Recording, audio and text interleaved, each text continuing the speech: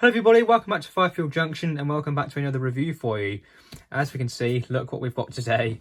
Yes, it's finally here, the brand new Class 66 in 00 gauge by Accurascale. It's definitely been a long time coming, definitely one of those models that we've all been looking forward to. They've definitely been up there, I think, in the popularity list. Been following it for, well, basically since it came out, near enough.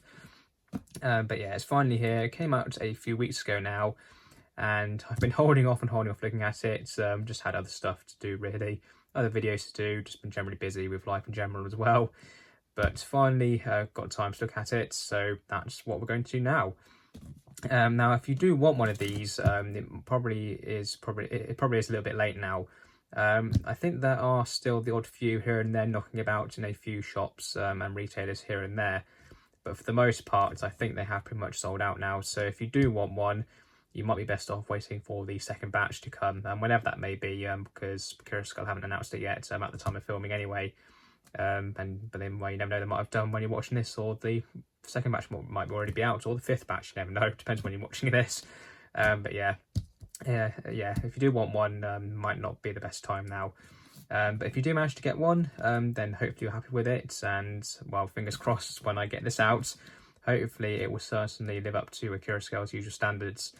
Because if you're not familiar with this particular loco or this particular tooling, this used to be the Hatton's model. If you're not familiar with that, because obviously it's around 5 years ago now, I think, when Hatton's released that particular model, and it was good. It was a very nice loco, very well detailed, very heavy, quite a few features as well.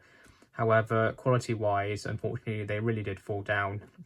And obviously, those of you that do own one or own a few of them will know, obviously, they weren't the best quality locos in the world. Various issues with them, some of them quite major, others maybe not so major. But the one that I got brand new, I was quite lucky with it. I did get a second one a little while ago now that it was basically a spares or repairs one that I fixed up and got going again.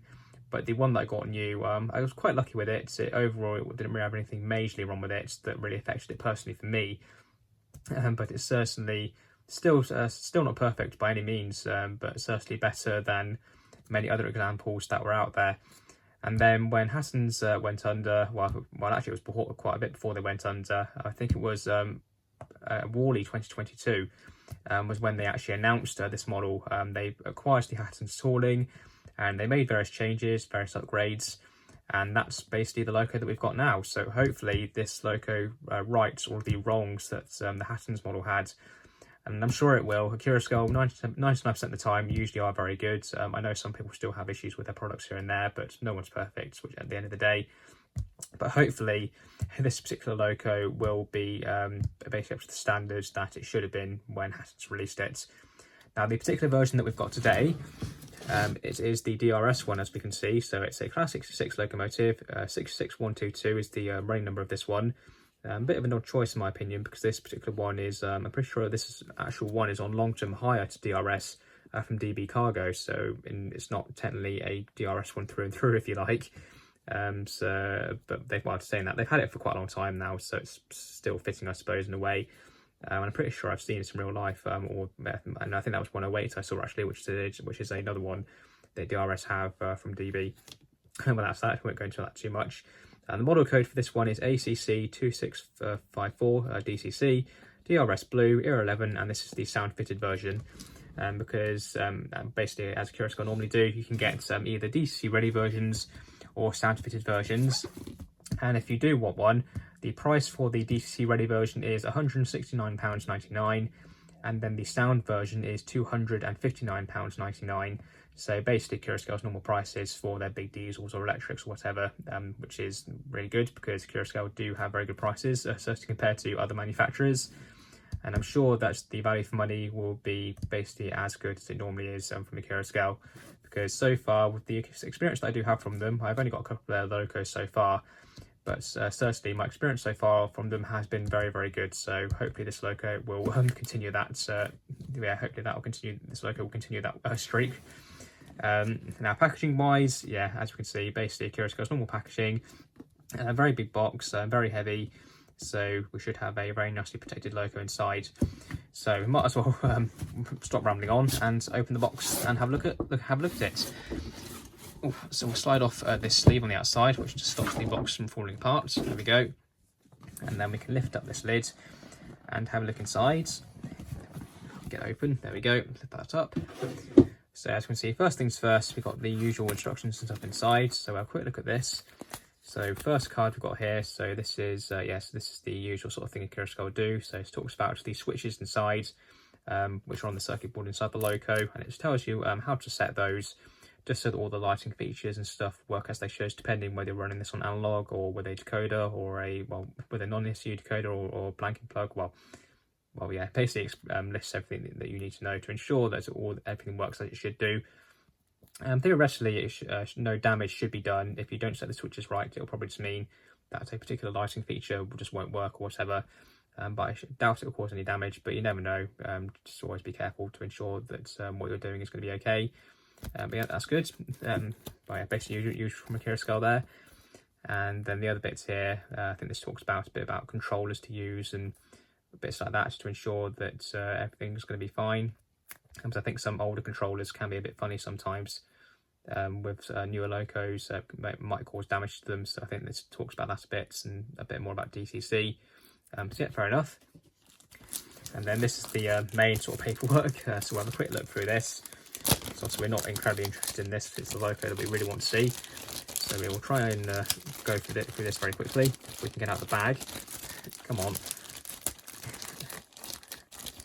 Right, that's one bit. Is everything else can come out? There we go, got there in the end. Okay, so first things first, I believe this is just about the loco in real life. And I think it talks about a bit about the actual range of 66s that they Accurascale have done in this first run. So yeah, inside talks about the real things. Loads and loads of information inside here, which is very, very nice. Don't really see this from anyone else apart from Accurascale, so very, very good there. And as you can see, loads of different photos inside, loads and loads of information. So you can feel free to read through this if you want to. But obviously, if you have one of these, then you can obviously read through it anyway, in person, not through the screen. But yeah, we can see there a bit more about the 66s and the ones that Accurascale have done. I believe the actual full range is on the last page. But yeah, we can see very, very good there. Loads and loads of detail.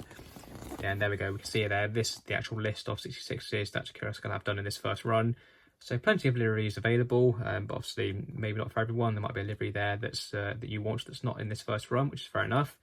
But I'm sure Accurascale will cover it in the next run or in any later runs. But yeah, not too bad. Very, very good there. Then the second bit, I believe this is actually more about the loco itself and just the general care and maintenance and stuff. So again, quickly look through this. And there we go. It's going to be quite hard to get this in shot. But we can see there all of the basically the parts list. So should you need to replace any, you can see what part number it is. But you can just see the complexity of this model already.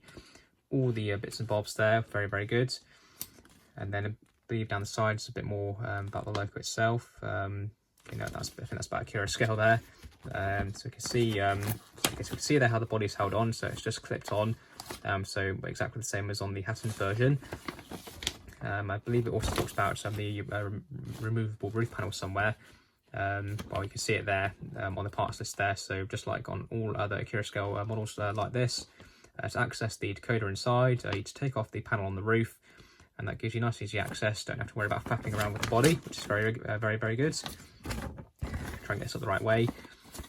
So I believe here, I think this talks about a bit more about the general servicing and lubrication. So yeah, you can see there lubrication. That's all the points to oil when you need to. General care, warranty, unpacking, safe operation. Yeah, that's all the usual stuff there, I believe. So yeah, not too bad. Talks about everything you need to know. So yeah, if you want to read through that properly, then obviously feel free to. Hopefully, I'm sure we've got for everything there. And then yeah, I believe this is just the sound function list. So obviously get to go for this properly later. You can see all of the different functions there, all of the different sounds. I believe there's a bit more on the other side. Yeah, for the most part, yeah, a few more bits there. So I think that's mainly sort of lighting functions at the end there. So that's fair enough. And then a bit more about auxiliary functions, I think. Yeah, fair enough. So that's good. So yeah, again, we'll get to go through that properly later when we listen to all the sounds. But obviously not going to be much use right now. Okay, so finally, with all that out of the way, we can take a look at the loco itself. So we lift off that foam. And there we go, we can see her there, very nicely protected. So we'll lift her out, there we go. Gosh, very heavy, very heavy. But obviously the Hattons one was at the time as well, so I wouldn't expect any less from this. So take off that sleeve, a bit of a tight bit there. So first things first, accessories. So you can see there, I think this is basically the same as on the Hattons version. If you want to basically change over basically buffer beams from the factory, that's basically the couplings fitted to both ends, which personally for me, I'm not really a huge fan of that. I think Hattons did do better. And was when Hattons did these, you basically had one end had the coupling and everything, so you obviously could haul stuff. But then at the other end, they had one of the fully detailed balances fitted, which is quite nice. But Accurascale haven't done that, which is fair enough. But I think personally, it would have been nicer to have one of these fully detailed balances fitted from the factory, because well, a lot of people are now going to have to like take the body off and basically swap these balances around. So it's maybe a bit unnecessary, but it's still nice that we got it. So it's still nice and easy, essentially, to detail up the ends. You don't have to worry about fitting all these little parts on. Just basically swap the balances over, and that's it. It's not too bad there. But yeah, I still think it would be nice to have a detailed one fitted from the factory. But you can still see they're all very nicely detailed, all nicely painted. Buffers are obviously sprung as well. And we've got some loose details there as well. So I'm guessing that's bits that you can actually fit to the buffer beams that are already fitted to the ones that have the couplings on. It's got extra hoses and stuff there that you can put on if you want to, so that's good. Put this to one side, so make sure not to lose them. And I believe that's it. So we can lift up the clamshell, get the plastic out of the way, all nicely wrapped up. So we'll lift her up, there we go. And then we can get rid of the packaging, get that out of the way. There we go, put that to one side. There we are, and then we can actually, oh, a bit of foam left. There we go, and then we can actually look at the loco itself. So, there we go. And yeah, God, she is heavy, incredibly heavy. Definitely probably one of the heaviest locos you can buy. But again, the Hattons one was exactly the same. I'm not sure how much this weighs compared to the Hattons one. It's something I might have to do at some point, is actually compare the weights of the two models. Because I think detail wise, nothing has really changed. I think it's probably more sort of circuitry inside and some general sort of tidying up some of the issues really. So obviously one of the main issues with these was the axle boxes, but I believe Accurascale have sort of redesigned these and redone them a little bit to ensure that they're not going to fall off and go anywhere. So hopefully, fingers crossed, when we actually get her running, everything will be okay. But we'll start off at the ends and we'll work our way down. So sprung buffers, as you'd expect, which is very good. They feel very nice as well, and they're made of metal. The couplings are kinematic, and they've got some nice motion to them actually, so that's good. Hopefully they won't cause any issues when the loco is running. Apart from that, there isn't really much more detail on the buffer beams at the moment. Yeah, a bit plain from the factory, but obviously if you want to detail those up, then you can. And we have got some detail there. We've got the, I think that's the uncoupling mechanism there. We've got a dummy, I think that's the dummy knuckle coupler fitted to the end as well, which is quite nice. Obviously all of the lights are going to work, so we'll get to see those later. We've got some handrails around the end as well, and the grills at the top. The cab detail, look at this. Look at that in there, that is beautiful. Very nicely detailed cab.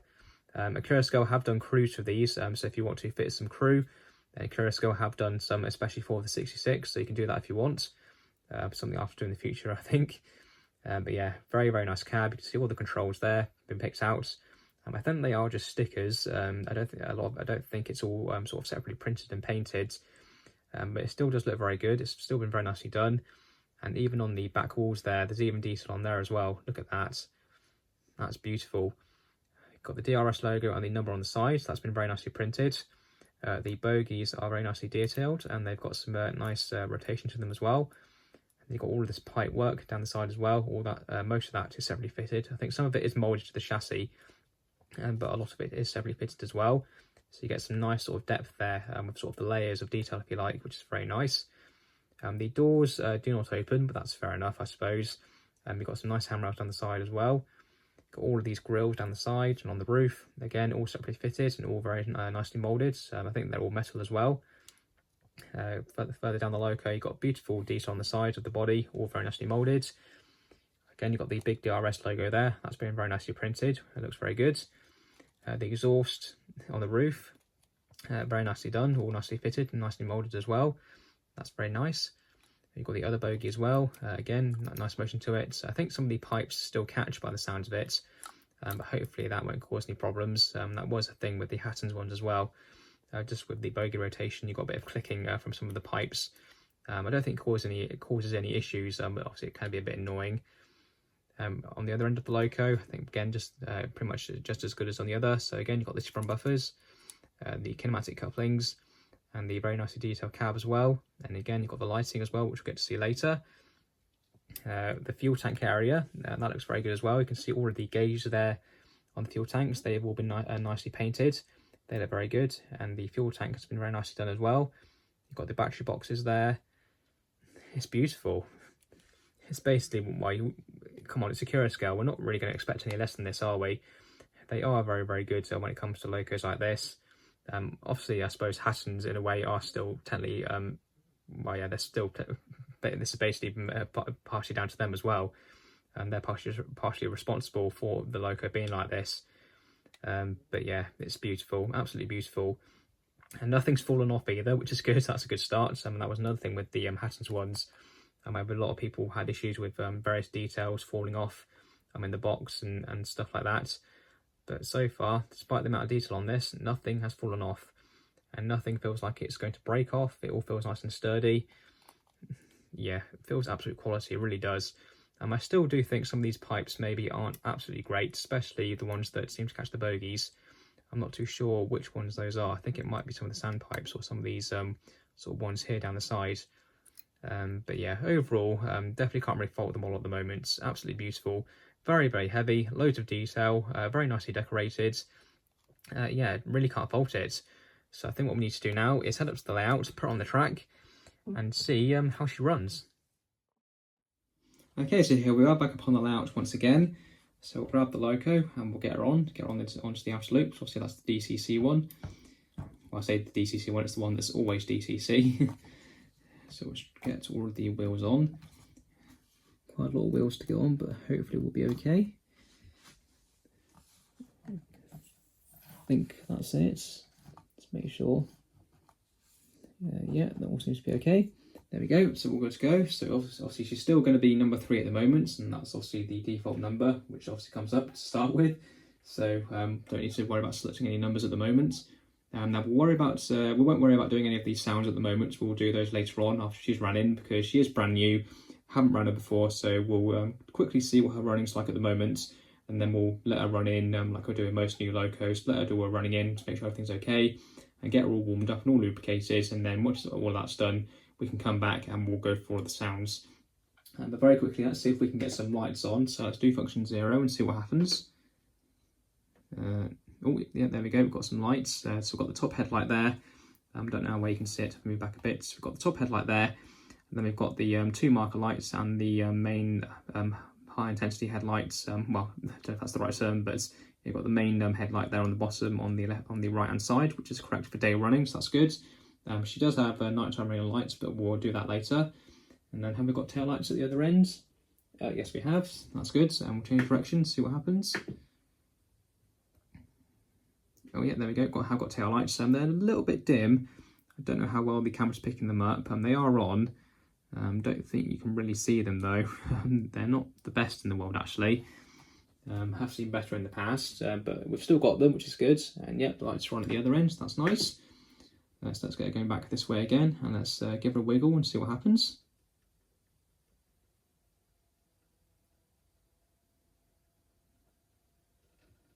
Oh my god. Listen to that. Well, if you can hear anything, that is, it is absolutely silent. I can just about hear a tiny little bit of motor noise. But yeah, for the most part, there's absolutely no noise there at all. And it's silky smooth as well, and she's not even run in yet, and she's already running this well. Oh, this is incredible. Absolutely incredible. Going a bit faster. Oh, wow. Yeah, I can't fault this. Absolutely beautiful. definitely performs way better, definitely a lot quieter and smoother, I think, than the two Accurascale 37s that I have at the moment. I think those definitely ran a little bit noisier than this did. But yeah, this is definitely outperforming those at the moment, definitely. Yeah, that is incredible.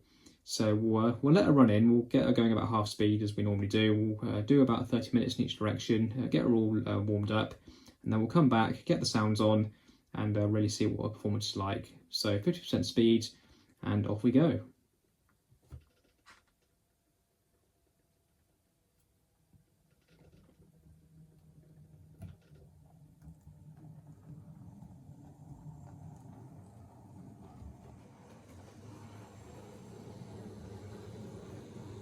So yeah, she's running very well. Even on her first lap, she hasn't even done a full lap yet. And already absolutely beautiful. Maybe a tiny bit slower than I was expecting, but not too bad. Obviously the 66s weren't mega fast in real life. Only a top speed of 75 miles an hour, so you don't want them racing along.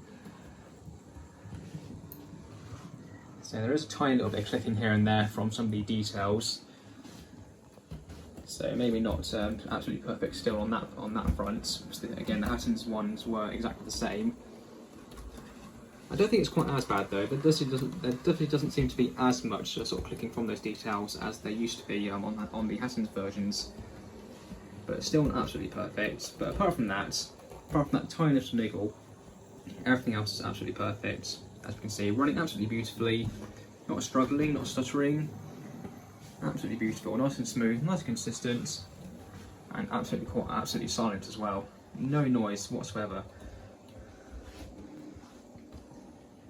So yeah, we'll leave her to run in, then we'll come back and we'll carry on testing her.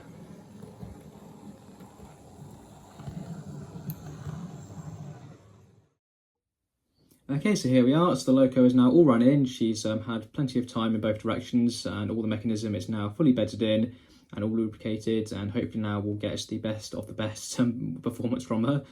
Famous last words. But yeah, I'm sure she'll be fine. She handled the layout absolutely fine. Running in went without a hitch. No derailments, no cutting outs, nothing like that. Absolutely spot on. I find some of the pipe work and stuff still sort of catches as the bogies rotate, which was also an issue on the Hattons versions. But however, I do think it is slightly better than the Hattons versions. It doesn't seem to be quite as bad. It's still not perfect there, but I suppose that's only a minor gripe. It's not really that bad. Nothing's fallen off or anything, so I suppose I can't really complain too much. But yeah, overall, certainly can't complain about the performance of the loco at the moment. Really, really good.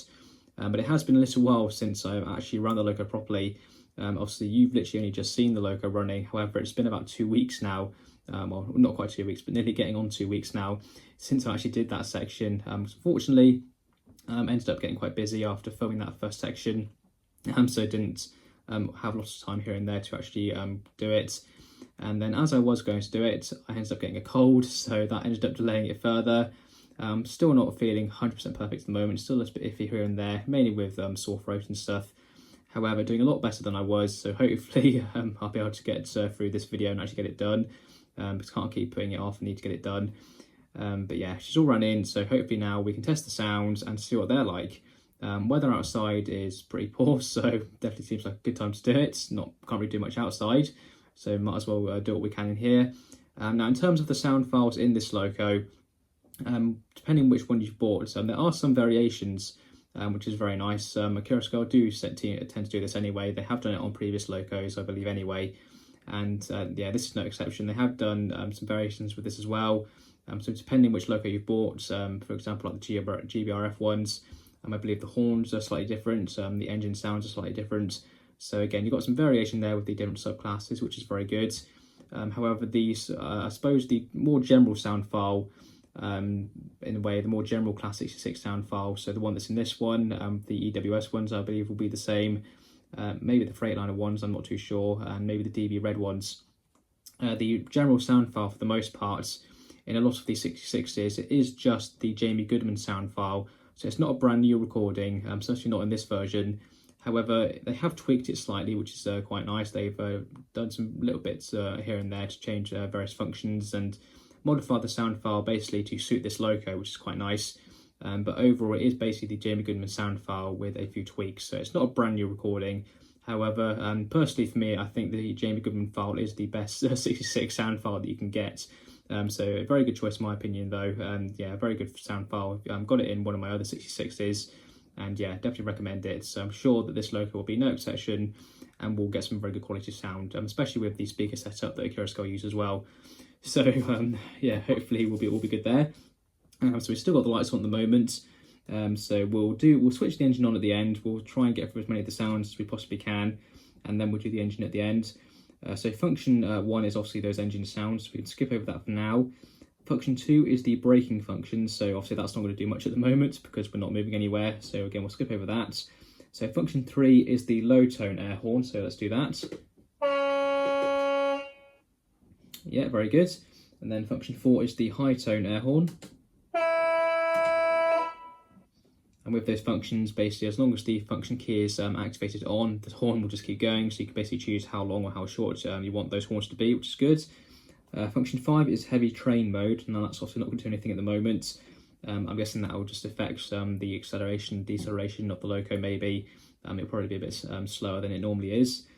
Function 6 is light loco mode. I'm guessing that will affect the performance. Not too sure how, but again, it's there if you want to use it.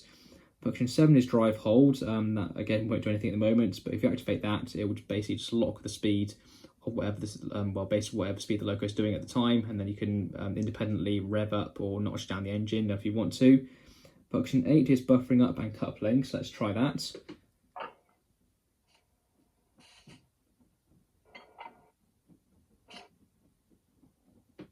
Yeah, I suppose short and sweet. It's a bit quiet. Overall, I think a lot of the sounds on here are quite quiet. But so I might increase the volume on that at some point. But yeah, not too bad. Function 9 is the two-tone horn, so let's do that. And I believe that there is a couple of horns on this function.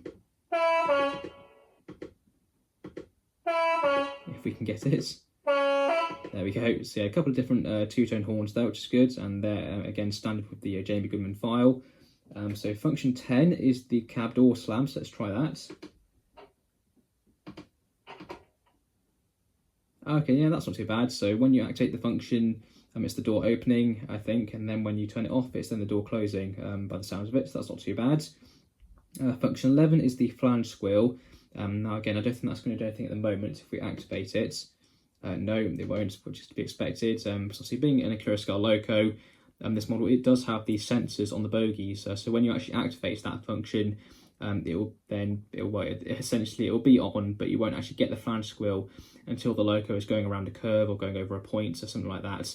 That is when it will actually play. So yeah, we're not going to get anything like that at the moment, but I'm sure hopefully if you've seen other Accurascale locos, like their 37 for example, that they've got these same sort of features, so hopefully you're familiar with that, but I'll try and play it later if we can. Function 12 is the short high tone air horn, so let's try that. Yep, and then function 13 is the short low tone. Yeah, it does the job. Function 14 is the sander, so let's try that. Yeah, it does the job. Function 15 is cab windows, let's see what that is. Yeah, so it sounds like the window being slid open. And then when you deactivate it, it's then closing, fair enough. Function 16 is rail joints. I don't know if this will do anything, but let's have a go. Nope, nothing there, so again, that must be speed dependent. Function 17 and 18 are exclusively for 66779 Evening Star, which is the bells. So obviously that's not going to be used on this loco. Function 19 is the fade out sounds. Again, I don't think that's going to do much. Let's flip over to the other side. Function 20 is not in use, okay. Function 21 is cab lights, let's try that. I believe they're on. I'm not too sure if we can see them. Oh no, yes they are on. Couldn't quite see them then, but yeah, they are on, that's not too bad. So we'll turn those off.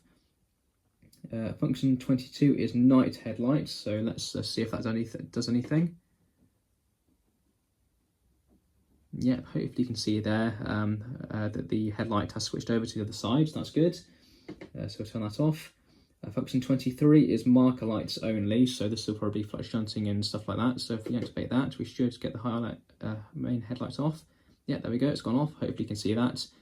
If we deactivate it, it should come back on again. hopefully. Oh, yeah, there we go. Eventually came back on. Okay, function 24 is the tail lights off, so let's do that. Probably not going to be able to see it though, because I've got the loco going this way. Yeah, they are off at that end. So if I change direction, if I move the loco down a bit, there we go. We can see we've got no tail lights there. Then if I turn off function 24, we should get them back on again. Yeah, there we go. They are on. They are a bit dim though, but hopefully you can see them. Don't think the camera's picking them up very well, but they are on. Yeah, not the best tail lights, I think. They are quite dim, but at least they're there. Function 25 is tail lights only. I say okay. So top and tail mode. So that means if you're running this with another loco, you can activate that function. Then you only get the tail lights basically at one end, depending on which direction the loco is going in. So let's try that and see what happens. Yeah, there we go. We've got no headlights there. And are the tail lights on at the other end? Yes, they are. That's good. Change direction, see if it works in the other direction. Yes, it does. I can see just about see the tail lights there. Again, the camera's not picking them up very well, but they are on, so that's good. So we'll turn that off. Function 26 is tail lights on both ends. That's basically if the loco's parked up. That's basically that's basically if the loco's parked up, you can get tail lights at both ends. And yeah, tail lights at that end, and yeah, tail lights at the other end. So that's good. That works fine. And I believe that's it. So yeah, none of the other functions are used. So yeah, overall not too bad. Plenty of functions there. Nice control of the nice decent control of the various lighting features, and yeah, I can't really fault the sounds that much. So I think all we need to do now is that turn the engine on and get her going. So function 1 on, and yeah, there we go. You can hear her starting up. It is quite quiet though, to be fair. Certainly not as loud as on other locos. So let's see what happens.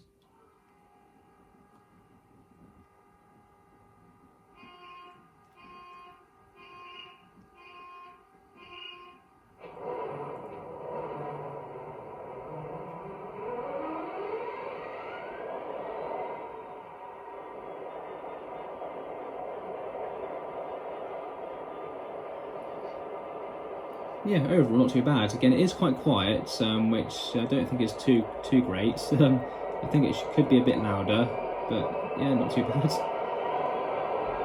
Quite a bit of echoing though, especially when it is louder. Yeah, I don't know if you can hear that, but it is echoing quite badly at that volume though, which isn't great.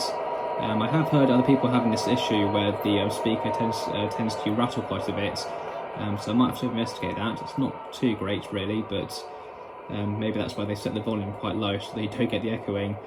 But yeah, okay, fair enough. But yeah, apart from the echoing, can't really fault the sound too much. It sounds very good. It's quite clear, and you've got some bass in there as well, which again is to be expected. You've obviously got a sugar cube speaker around the centre, and then under this grill at this end, you've got a nice big sort of EM1 bass speaker, which is very nice. So a decent setup, and yeah, very nice range of sounds. So let's give us some power and see what happens.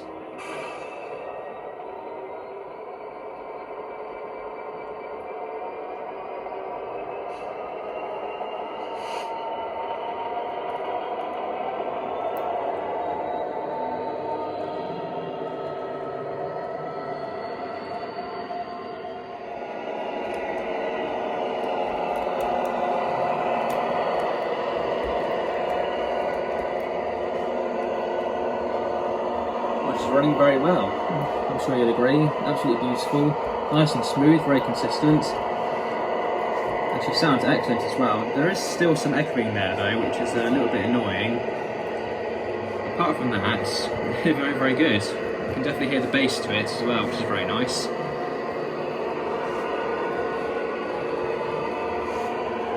Yeah, beautiful. Absolutely excellent.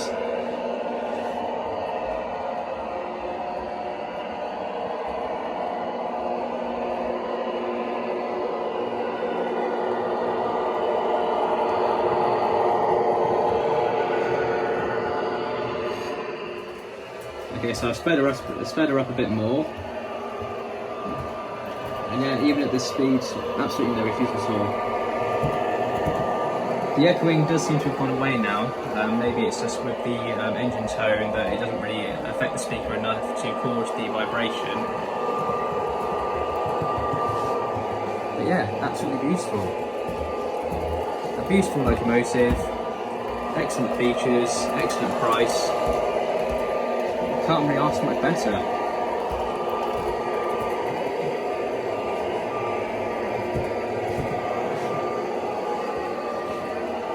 this is why Accurascale really are taking the model railway industry by storm. So they're doing basically what everyone wants. They're producing amazing models at excellent prices, which you can't really say for many of the other manufacturers, can you, to be honest?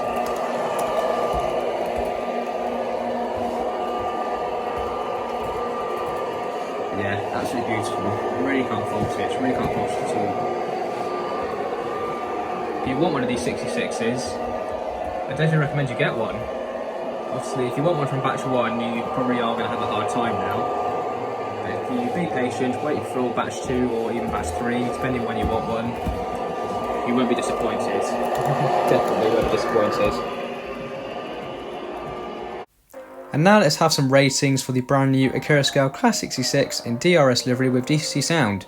And as expected, another absolutely fantastic locomotive from Accurascale. Really stunning.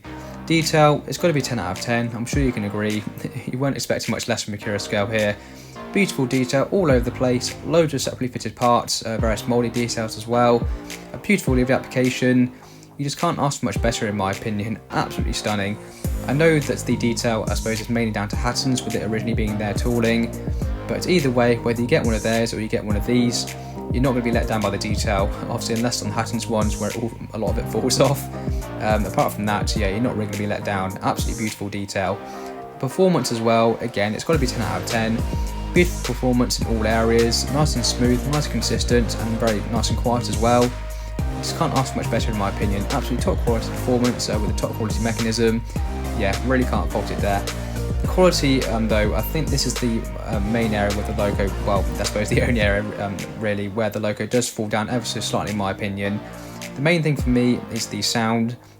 Whilst the sound is very good overall, at the higher volumes you do seem to get a bit of echoing from the loco, which does ruin the sound a bit. I think I have managed to solve it now on this loco. I know other people have had this issue as well. I think it's mainly with the speaker where it's not properly secured. So I have taken the body of this loco and I've secured the speaker down with a bit of black tack as well as the clips that it's done that it's fitted with from the factory, and it does seem to have solved that issue now for the most part. So definitely nowhere near as echoey as it used to be.